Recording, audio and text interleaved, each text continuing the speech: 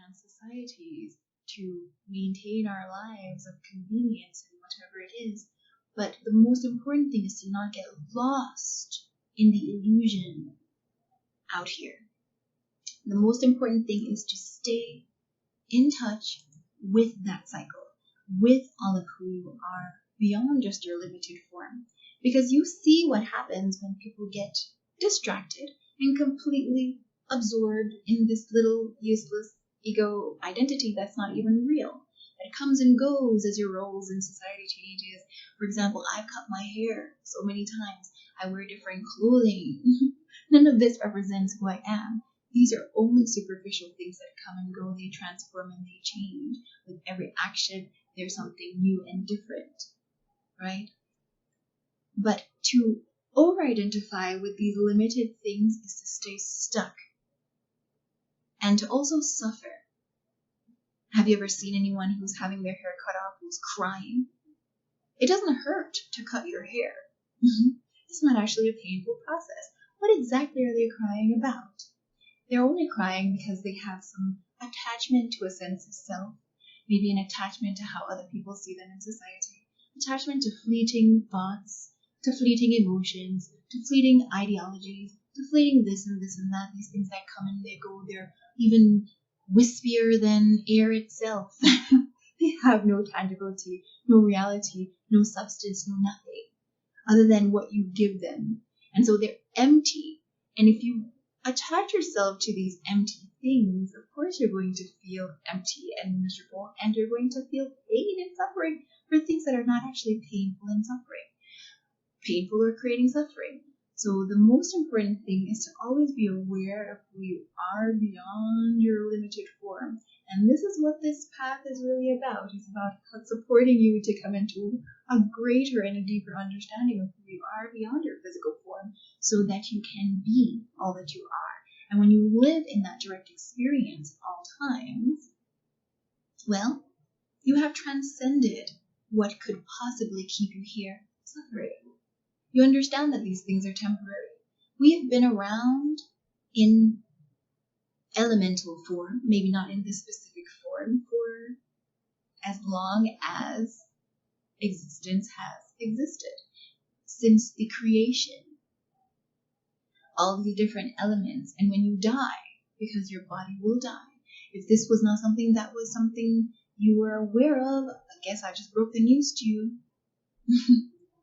But your body is going to break down and age and decay and die and go back into elemental form to be of use again within this cycle of life, force, energy, moving and creating and sustaining and transforming life, as we have just briefly discussed. And this is just such a brief, like barely touch the surface of what we could even possibly explore as we're moving forward. But remember that you are more than just that.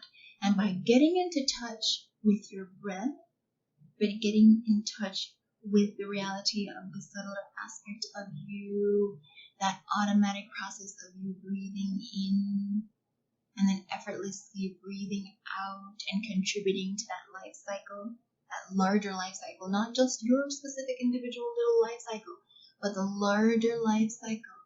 Not just even of the ecosystem and of the plants, but that larger life cycle of all that is cycle, of just life in general flowing through you, flowing through all things in existence that are matter, all things that matter in existence, and not just this limited little perspective through which you can see things.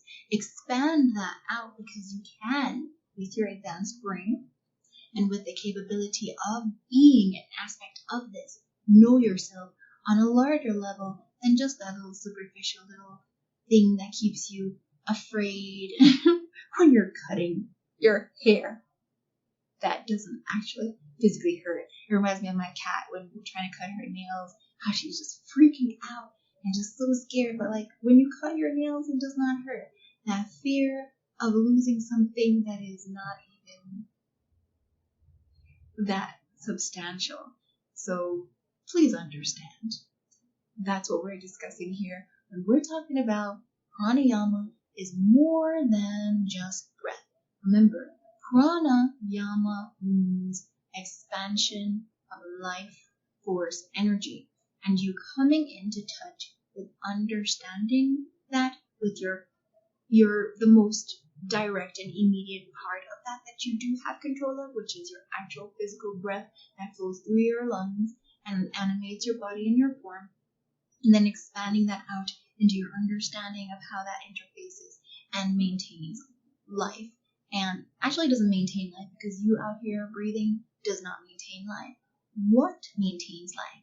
Expanding back out into that larger understanding of what it is exactly that all of life force is in the first place. That is beyond your little physical body, beyond your little physical form, and representative of the absolute, which is what expresses everything out here. And even makes it possible that you can even become self-aware. So you're just one little piece in that one large thing, but in that little piece, there's all of that expressed. And within that one little piece, since you have awareness, consciousness that flows through your physical form, you have this gift of understanding and expanding and knowing all that you are beyond just this little physical.